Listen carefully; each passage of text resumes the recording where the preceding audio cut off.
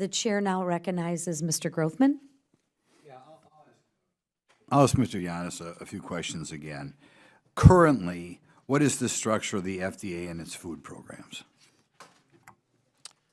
Currently, the foods program is what I call a very distributed and decentralized organization. You had the Office of Food Policy and Response within the Commissioner's office, an office that I led of about 40 people.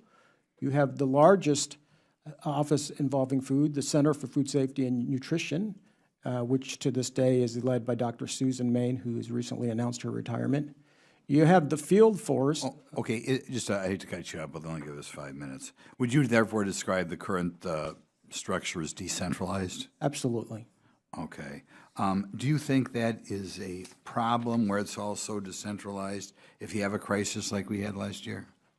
I do. I think the decentralized and distributed nature of the organization caused information silos, not allowing critical data and information to flow to those that needed it quickly and that needed it most. Did you elevate your concern before this crisis? Yes, sir. Okay. Okay, but nothing was done about your concern, or? In the time that I was at FDA, which was a little bit over 4 years, I've had 6 different bosses, whether permanent or acting commissioners. It's been a rotating seat, and every person that I've reported to has known my concerns. Okay. FDA Commissioner Califf released a restructuring plan for the program. In your opinion, does the Commissioner's restructuring plan do enough to resolve the Human Foods Program's organizational issues? While I believe Dr. Califf's plan is well-intentioned, I don't think it will completely solve the issues at hand. Number one, and I know we're limited in time quickly, is it's been referred to as a new foods program vision. A vision and strategy are very different than an organizational structure. It's a reorg. You need a strategy first, and you need a structure to support that strategy. That's number one. Number two, I'll disagree with my colleague here.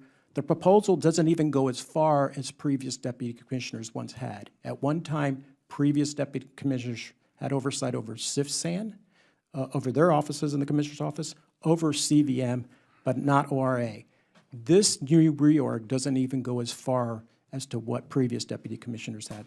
It's kind of shocking. In your opinion, does the FDA, because I think when I think of the FDA, I think of drugs and medical devices, do you think the current culture at the FDA is such that by focusing on drugs and medical devices, they do that to the detriment of the food and food safety programs?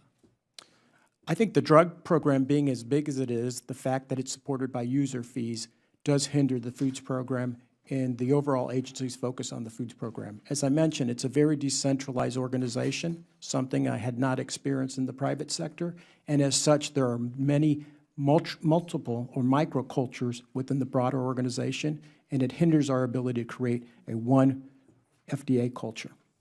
Okay. And do you feel, therefore, just, as far as the head of the FDA, they kind of, again, may look, because they're focusing on the drugs and all the money that flows there, do they kind of consider food, maybe it's an exaggeration to call it an afterthought, but a little bit of an afterthought?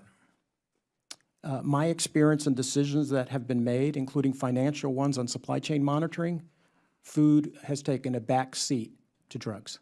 Okay. Is it appropriate for the FDA to inspect foods in the same way the FDA inspects drugs and medical devices, do you think? The approach would be slightly different. It's a different food with different risk factors, but we should be inspecting food facilities for sure. Okay. In December, the Reagan-Udall Foundation for the FDA conducted an operational evaluation of the FDA's Human Foods Program. Are you familiar with that report? I am. Okay. Could you go into it a little bit? Sure. The commissioner and the principal deputy commissioner selected Reagan-Udall because of the close associations with them. I do think they attempted to create a fairly independent report. They provided a series of options for restructuring, with the commissioner having the latitude to choose those different options. One of the things I really liked in their report is that they emphasized culture. You can't fix FDA or strengthen FDA by just doing a reorg. You also have to address cultural issues. Okay. And do you think to a certain extent that it would be addressed if we separated the Human Foods and Drugs Division? that forces maybe a stronger culture?